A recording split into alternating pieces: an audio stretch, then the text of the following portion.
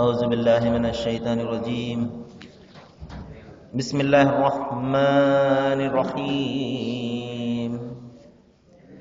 إن الله اصطفى آدم ونوحا وآل إبراهيم وآل عمران على العالمين ذرية بعضها من بعض والله سميع عليم. సదకల్లాహుల్ అజీమ్. అనంత కరుణామయుడు, అపార కృపాశీలుడు, పాలకుడు, పోషకుడు, సర్వలోక ప్రభు అయిన సృష్టికర్త అల్లాహ్ శుభనామంతో ప్రారంభిస్తున్నారు. సోదరులారా, సోదరిమణులారా, అయ్యలారా, అమ్మలారా, అస్సలాము అలైకుం రహమతుల్లాహి వబరకాతుహు. సర్వలోక ప్రభు అయిన సృష్టికర్త అల్లాహ్ మనందరి జీవితాలలో శాంతి శుభాలను అవతరింపజేయుగాక. ఆమీన్. ఇంతవరకు మీ ముందు మనందరి మార్గదర్శక గ్రంథం, మనందరి ప్రభు అల్లాహ్ మానవాళి కోసం అవతరింపజేసినటువంటి చివరి మార్గదర్శక దైవ గ్రంథం దివ్య ఖురాన్ నుండి 3వ అధ్యాయం 33వ వాక్యం యొక్క రబీమూలంను మీ ముందు పఠించడం జరిగింది. సోదరులారా, నిన్న చదివినటువంటి వాక్యంలో దైవము స్పష్టంగా ఒక విషయాన్ని గురించి చెప్పడం జరిగింది. అదేమిటంటే, మీరు తప్పనిసరిగా నా ప్రవక్తను మరియు నా గ్రంథాన్ని అనుసరించాలి. ఒకవేళ మీరు నిజంగా దైవాన్ని ప్రేమించేవారే అయితే, మీరు నిజంగా సాఫల్యాన్ని కోరుకునేవారే అయితే, నేను పంపినటువంటి గ్రంథాన్ని మరియు నా ప్రవక్తను అనుసరించండి అని చాలా స్పష్టంగా తాకీదు చేయడం జరిగింది. ఆ తర్వాత ఇంకొక మాటను ఇక్కడ దైవం సెలవిస్తున్నాడు, అతీఉల్లాహ వర్ రసూల్, మీరు అల్లాహకు ఆయన ప్రవక్తకు విధేయత చూపండి అంటున్నాడు. సోదరులారా, ఇక్కడ ఒక ముఖ్యమైనటువంటి విషయాన్ని గురించి మనం అర్థం చేసుకోవాలి. దైవానికి ఆయన ప్రవక్తకు విధేయత అంటే చాలా సున్నితమైనటువంటి భేదం ఇక్కడ ఉన్నది.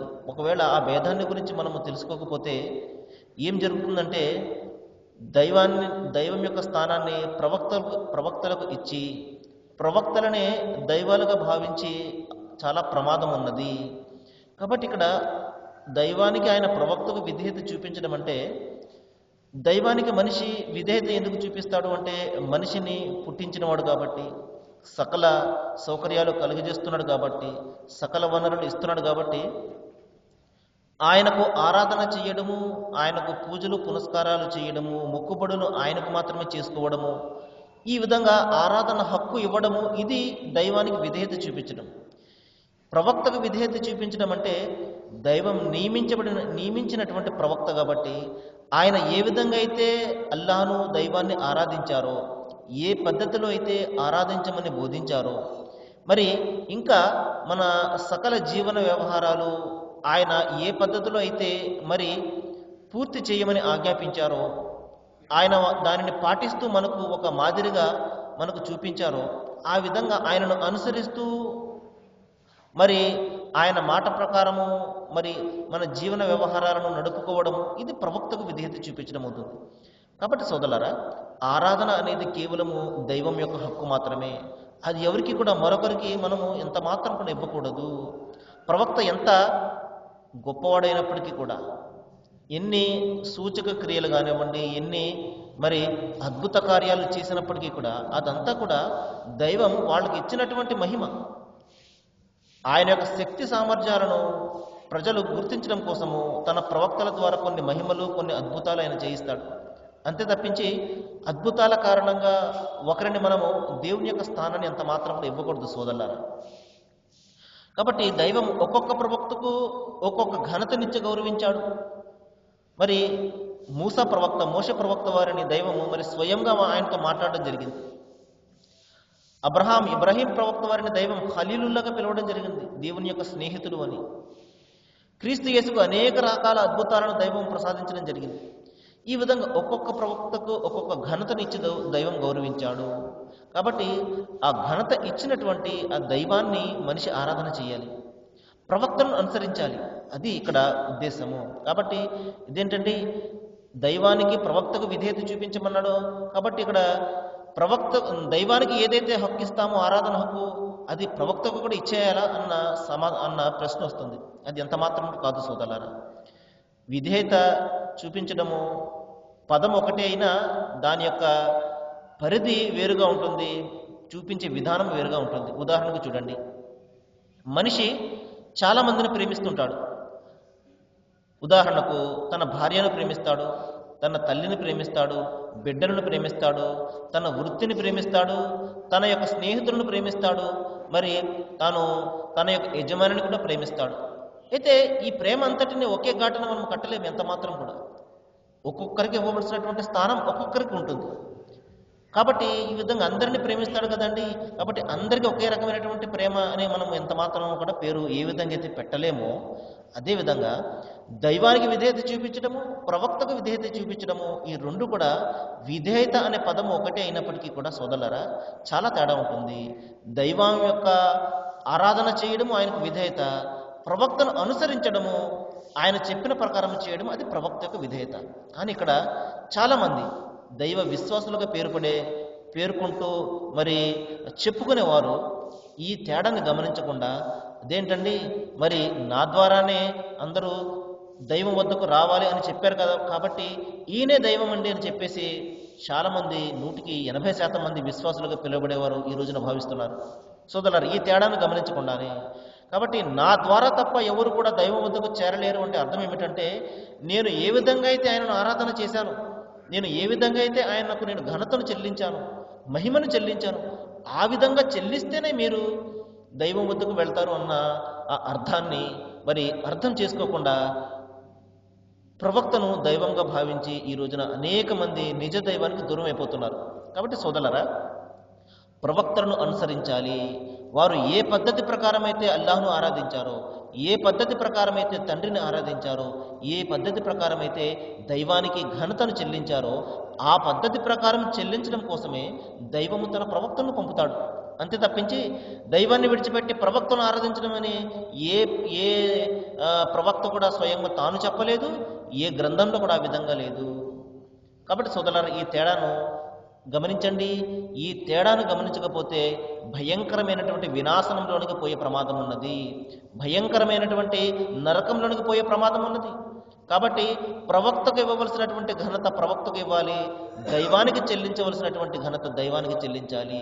ఇద్దరు ఒకటి కాదు. ఒకరు సృష్టికర్త, మరొకరు మనలాంటి ఒక సృష్టి, మనలాంటి ప్రాణి. అయితే దైవము వాళ్లకు ఘనతనిస్తాడు, గౌరవాన్ని ఇస్తాడు. నైతికంగా ఉన్నతమైన వాళ్ళని తన ప్రవక్తలుగా ఎన్నుకొని వాళ్ళ ద్వారా మానవాళికి మరి సందేశాన్ని ఇస్తాడు.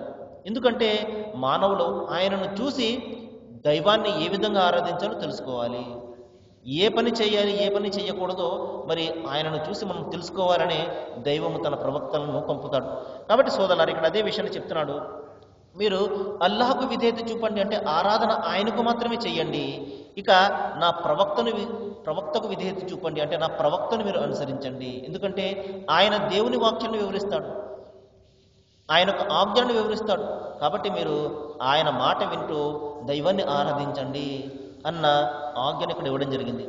ఆ తర్వాత సోదరులారా, ఒక హెచ్చరికను కూడా ఇక్కడ చేస్తున్నాడు. అదేమిటంటే, ఒకవేళ ఈ సందేశాన్ని స్వీకరించకపోతే, ఎవరైతే అల్లాహ్ను మరియు ఆయన ప్రవక్తను ఎవరైతే మరి విశ్వసించరో వారికి దైవం ఇక్కడ చెప్తున్నాడు ఒక హెచ్చరిక. అటువంటి అవిశ్వాసులకు దైవం ఎన్నడూ కూడా మరి కారుణ్యం కురిపించడు, వారిని ఎన్నడూ కూడా ప్రేమించడు. సోదరులారా, ఇది మనము ఎవరైతే దైవాన్ని తిరస్కరిస్తారో, ఆయన ప్రవక్తలను తిరస్కరిస్తారో వారికి మరి హెచ్చరిక ఏమిటి? దైవం ఎన్నడూ కూడా వాళ్ళను ప్రేమించడు. కొద్దిపాటి జీవిత అవసరాలను ప్రసాదిస్తాడు, డబ్బు దర్పాలు. ఇక్కడ ఎందుకంటే అనేక సందర్భాలు నేను చెప్పాను, దైవం దృష్టిలో ఈ ప్రపంచం యొక్క విలువ దోమరెక్కకు ఉన్నంత విలువ కూడా లేదు. దోమరెక్క ఎంత బరువు ఉంటుందో అంత వాల్యూ కూడా ఈ ప్రపంచం అంటే దైవానికి లేదు. కాబట్టి ఇక్కడ ఆయనను నమ్మినా నమ్మకపోయినా, ఆయనను తిరస్కరించినా మరి ఆయనను విశ్వసించినా, ఆయనను ఆరాధించకపోయినా, ఆయనకు సమానులుగా అనేక మందిని కల్పిస్తున్నా ఆయన మనకు కురిపిస్తున్నటువంటి అనుగ్రహాలను ఆపడం లేదు. ఎందుకంటే ఈ ప్రపంచం దైవానికి ఏమాత్రం కూడా లెక్క కాదు కాబట్టి సోదరులారా, మరి కొద్దిపాటి జీవిత అవసరాలు కూడా దక్కవచ్చేమో కానీ శాశ్వతమైనటువంటి ఆ పరలోకంలో మాత్రము నష్టమే నష్టము. కాబట్టి ఈ విషయాన్ని మనము ఎన్నడూ కూడా గమనించాలి. కాబట్టి సోదరులారా, దైవానికి మనము ఆరాధన చేయాలి. అది ఆయన ఒక్కనికి మాత్రమే చెల్లించవలసినటువంటి హక్కు. మరి ఆ ఆరాధనలో మనము ఎవరికి కూడా సాటి కల్పించకూడదు. ఏ ప్రవక్తను మనము మరి ఆయనకు సాటి సమానము కల్పించకూడదు. ఏ వ్యక్తులను కానివ్వండి, ఏ మహాపురుషులను కానివ్వండి, ఏ బాబాలను కానివ్వండి, ఏ మాతాలను కానివ్వండి, ఎవరైనా కానీ దేవునికి సాటి సమానము లేరు. కాబట్టి ఆరాధనలు ఎంత మాత్రం కూడా ఆయనకు సాటి కల్పించకూడదు.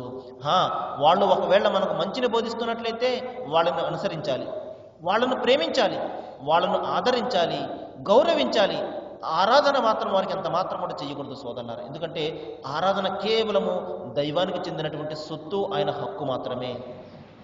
ఆ తర్వాత సోదరులారా, మనము కాసేపు ప్రవక్త ముహమ్మద్ సల్లల్లాహు అలైహి వసల్లం వారు కారుణ్యమూర్తి మహాప్రవక్త, మరి మానవాళికి అనేక విధాలుగా మరి బోధించారు దైవ ఆజ్ఞతోటి. ఇప్పుడే మనము చూసాము, దైవము తన ప్రవక్త ద్వారా మానవాళికి మరి మాటలను బోధిస్తుండవు. ఎందుకంటే దైవం ప్రత్యక్షమైపోయి ఆయన మనకు గ్రంథాన్నో లేకపోతే ఆయన ప్రవచనాలను మనకు ఇవ్వడు.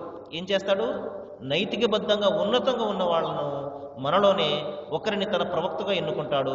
వారి ద్వారా మానవాళికి మరి బోధనలు చేస్తాడు. ఈ విధంగా వచ్చినటువంటి ప్రవక్తల్లో అనేక మంది ఉన్నారు. చివరిగా మనందరి కోసం వచ్చిన వారే ప్రవక్త ముహమ్మద్ సల్లల్లాహు అలైహి వసల్లం వారు. ఈయన తర్వాత మరే ప్రవక్త కూడా రాడు, ప్రళయం వరకు కూడా. కాబట్టి మనందరికీ కూడా ఆయన మార్గమే శిరోధార్యము. ఆయనను అనుసరించడం అనేది మన కర్తవ్యం అవుతుంది. సోదరులారా, భయానికి సంబంధించినటువంటి విషయాల గురించి ప్రవక్త ముహమ్మద్ సల్లల్లాహు అలైహి వసల్లం వారు చెప్తున్నారు.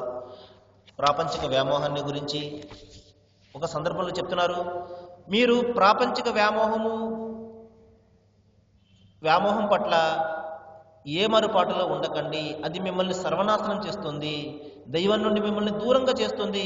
కాబట్టి మీరు చాలా జాగ్రత్తగా ఉండండి అని చెప్పేసి ప్రవక్త వారు హెచ్చరించడం జరిగింది. ఎందుకంటే ఈ ప్రాపంచిక వ్యామోహాల ద్వారా మనందరి శత్రు అయినటువంటి ఆ సైతాను మానవాళిని మరి మార్గాన్ని తప్పిస్తుంటాడు. కాబట్టి ప్రవక్త వారు చెప్పారు, మీరు మీ సమాజాన్ని ప్రాపంచిక వ్యామోహం నుండి, వ్యభిచారం నుండి, స్త్రీ లోలత్వం నుండి కాపాడుకోండి అన్నారు. మన సమాజాన్ని అతలాకుతలం చేసి సర్వనాశనం చేసేవి ఇవన్నీ కూడా స్త్రీ లోలత్వము, వ్యభిచారము, మరి ప్రాపంచిక వ్యామోహాలు. ఇవన్నీ కూడా భయంకరమైనటువంటి వినాశనానికి తీసుకుని వెళ్ళేవి. ప్రవక్త వారు చెప్పారు, ఏ జాతి అయితే వ్యభిచారంలో మరి మునిగిపోయి ఉంటుందో అటువంటి జాతి మీద దైవం భయంకరమైనటువంటి శిక్షను కురిపిస్తాడు. మనం చూస్తున్నాం సోదరులారా, మాటకు కూడా అందనటువంటి, మరి పలకడానికి కూడా రానటువంటి రకరకాల జబ్బులు మనకు ఈ రోజున వచ్చేస్తున్నాయి. మొన్నటి వరకు ఎయిడ్స్ ఉంది, ఆ తర్వాత ఇంకొకటి ఉంది, ఈ రోజున ఎబోలా అనే ఒక వైరస్ వ్యాధి. భయంకరమైనటువంటి జబ్బులన్నీ కూడా వచ్చేస్తున్నాయి సోదరులారా. దీనికి కారణం ఏమిటంటే మన సమాజము అనైతికంగా మరి భయంకరమైనటువంటి అనైతికతలు కూరుకుపోయి ఉన్నది. ప్రధానంగా మనిషి స్త్రీలోలత్వాన్ని ఎక్కువగా మరి ఈ సినిమాల రూపంలో లేకపోతే ఈ సాహిత్యాల రూపంలో మరి లొంగిపోయి మనిషి భయంకరమైనటువంటి స్త్రీలోలత్వానికి అలవాటు పడుతున్నాడు. మరి వ్యభిచారము అనేక విధాలుగా ఈ రోజున ప్రబలిపోయి ఉన్నది. తద్వారా మరి అనేక రకాల వ్యాధుల బారి నుండి మనం పడుతున్నాము. మరి దానివల్ల కలిగే నష్టము తప్పు చేసిన వాళ్ళకి మాత్రమే ఉండడం లేదు, తప్పు చేయని వాళ్ళు కూడా మరి ఆ యొక్క శిక్షలు కూరుకుపోతున్నారు. ఈ రోజున చూడండి, ఎయిడ్స్ అనే భయంకర వ్యాధి మనం చూస్తున్నాము. అది తప్పు చేస్తేనే వస్తుంది అన్న కారణం ఏమీ కూడా కాదు సోదరులారా. చెడు రక్తం ఎక్కించినా కూడా భయంకరమైనటువంటి వ్యాధి వచ్చేస్తుంది. అన్నం పున్నం ఎరుగినటువంటి చిన్న పిల్లలకు సైతము ఆ వ్యాధి వచ్చేస్తుంది. భర్త భయంకరమైనటువంటి తిరుగుళ్లకు లోనై ఆ వ్యాధిని కొని తెచ్చుకుంటున్నాడు. ఆ వ్యాధి తన భార్య కంటిస్తున్నాడు, ఆ భార్య ద్వారా బిడ్డలు కంటుతుంది సోదరులారా. ఈ విధంగా మన సమాజం అంతా కూడా తప్పు చేయకుండా కూడా మరి ఆ భయంకరమైనటువంటి శిక్షకు లోనవుతుంది. కాబట్టి మనం చేస్తున్నటువంటి పొరపాటు, మనం చేస్తున్నటువంటి తప్పు వలన మనకు మాత్రమే బాధ కాదు, మనకు సంబంధం కాని అందరినీ కూడా మనం బాధ పెడుతున్నాము. కాబట్టి మన అలవాట్లు మనకు మాత్రమే నష్టం కలిగిస్తే పర్వాలేదు, కానీ మన అలవాట్లు అందరికీ కూడా నష్టాన్ని కలిగిస్తున్నాయి. సిగరెట్ అలవాటు ఉంటుంది, దానివల్ల అతనికి మాత్రమే నష్టమా? అతనికి 50% నష్టమైతే అతని ద్వారా మరి అనేక మంది నష్టపోతున్నారు. ఈ రోజున మనం చూస్తున్నాము, మరి సిగరెట్ తాగని వాళ్లకు కూడా మరి ఆ భయంకరమైనటువంటి జబ్బులు వచ్చే అవకాశం ఉన్నదని చెప్పేసి మనకు సైంటిస్టులు చెప్పడం జరుగుతుంది. కాబట్టి సోదరులారా, మనకు మన అలవాట్ల వలన మనకు మాత్రమే నష్టం కాదు, మన చుట్టూ ఉన్నటువంటి సమాజానికి కూడా మనము నష్టం చేస్తున్నాము. దీనికి మనము దైవం వద్ద సమాధానం చెప్పుకోవాలి. ఎవరు కూడా అడగరు అని చెప్పేసి మనం భావిస్తున్నామేమో. మన వలన ఎవరికైతే నష్టం కలుగుతుందో, మన వలన ఎవరికైతే బాధ కలుగుతుందో, ఎవరైతే మన కారణంగా మనం బాధపడుతున్నారో వారు అందరికీ కూడా మనము సంజాయిషి ఇచ్చుకోవాలి. వారు అందరికీ కలిగినటువంటి అన్యాయానికి మనము బదులు తీర్చుకోవాలి సోదరులారా. అందుకనే ప్రవక్త ముహమ్మద్ సల్లల్లాహు అలైహి వసల్లం చెప్పారు, ఎవరి మాటల వలన ఎవరి చేతల వలన పొరుగువాడు సురక్షితంగా ఉంటాడో అతడే నిజమైనటువంటి దైవ విశ్వాసి అన్నారు. కాబట్టి మనకు దైవభీతి ఉన్నది అని మనం చెప్పుకుంటున్నామంటే మన మాటల వలన కానీ, మన చేతల వలన కానీ, మన పనుల వలన కానీ ఇతరులు బాధపడకుండా ఉండాలి. మన వలన లాభం కలగకపోయినా పర్వాలేదు, నష్టం మాత్రం కలగకూడదు మన సమాజానికి. అది మనం ఎప్పుడు కూడా జ్ఞాపకం పెట్టుకోవాలి సోదరులారా. ఆ తర్వాత ప్రవక్త వారు చెప్పారు, ఇక్కడ మీరందరూ కూడా ఐకమత్యంతో ఉండండి. ఐకమత్యం మించి బలం లేదు. కాబట్టి మీరందరూ దైవ విశ్వాసులు అందరూ కూడా ఐకమత్యంతో ఉండి మరి సమాజాన్ని బాగుపరచడం కోసం కృషి చేయండి అని చెప్పేసి ప్రవక్త వారు మరి ఉద్బోధించడం జరిగింది. ఇంకా మరొక సందర్భంలో కారుణ్యమూర్తి మహాప్రవక్త ముహమ్మద్ సల్లల్లాహు అలైహి వసల్లం వారు సెలవిచ్చారు, మీ పాలకులు నీతిపరులైతే, ఒకవేళ మీలో ఉన్నటువంటి ధనవంతులు దాన ధర్మాలు చేసేవారైతే, మరి మీ సామాజిక సమస్యలు సంప్రదింపులతో పరిష్కారం అవుతూ ఉంటే మీ బ్రతుకు మీ చావు కన్నా మేలైనది అన్నారు. సోదరులారా, ప్రవక్త వారు ఏం చెప్పారు అంటే, ఒకవేళ మన పాలకులు నీతిపరులై ఉంటే, ఇంకా మనలో ఉన్నటువంటి ధనవంతులు చాలామంది ఉన్నారు, ఇటువంటి ధనవంతులు దాన ధర్మాలు చేసేవారు అయితే, ఇంకా మనం మన సామాజిక సమస్యలను దైవం ఇచ్చినటువంటి గ్రంథము మరియు ఆయన ప్రవక్త యొక్క వెలుగులో మనము పరిష్కరించుకుంటూ ఉన్నట్లయితే నిజంగా మన జీవితము ఎంతో అద్భుతమైనటువంటి జీవితము, ఉన్నతమైనటువంటి జీవితము అని చెప్పేసి ప్రవక్త వారు చెప్పడం జరిగింది. అలా కాక మరి మీ పాలకులు అవినీతి పరులైతే, మరి మీ సమాజంలో ఉన్నటువంటి ధనవంతులు మరి ధనాకాంక్ష పరులై కేవలం స్వార్థపూరితమైనటువంటి జీవితాన్ని గడుపుతూ ఉంటే, ప్రపంచం నయమైపోతే నాకెందుకు, నేను బాగుంటే చాలు అన్న ధోరణిలో ఉన్నట్లయితే, ఇంకా మీ యొక్క సమస్యలు, మీ సామాజిక సమస్యలు కానివ్వండి, మీ ఆర్థిక వ్యవహారాలు, మీ ప్రతి వ్యవహారాలు మీకు నచ్చిన విధంగా మీరు పరిష్కరించుకున్నట్లయితే, అంటే నాకు దైవం వద్దండి, ఆయన ప్రవక్త వద్దు, నా ఇష్టం అని చెప్పేసి మీరు మీ ఇష్టం వచ్చినట్టు జీవితాన్ని గడుపుతున్నట్లయితే, ఇటువంటి బ్రతుకు కన్నా మీరు చనిపోవడం మేలు అని చెప్పేసి ప్రవక్త వారు చాలా కఠినంగా తాకీదు చేయడం జరిగింది సోదరులారా. కాబట్టి దైవం ఇక్కడ మనలను మన ఇష్టానికి ఎంత మాత్రం కూడా వదిలివేయలేదు. ఆ విషయాన్ని మనం ఎప్పుడు కూడా గమనిస్తూ ఉండాలి. మన ఇష్టం వచ్చినట్లు ఇక్కడ జీవితం గడపడం, ఒకవేళ ఈ విషయాన్నే మనము అంగీకరించినట్లయితే, అంటే ఈ విషయాన్నే మనం ఎన్నుకున్నట్లయితే, నా జీవితం నా ఇష్టం అండి, నాకు ఎవరు చెప్పేది లేదు అన్న ధోరణిలో మనము జీవితం గడిపినట్లయితే గడపవచ్చు.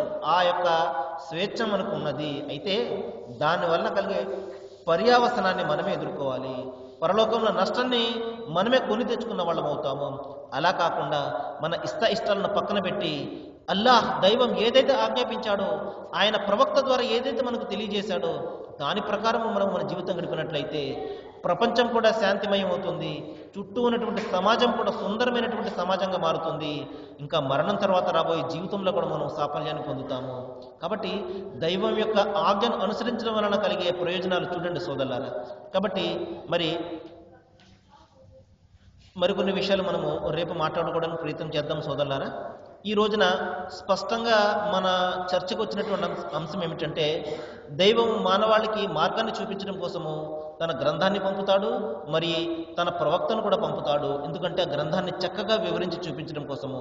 కాబట్టి మనందరి కోసం వచ్చినటువంటి చివరి గ్రంథము అంతిమ దైవ గ్రంథము దివ్య ఖురాన్.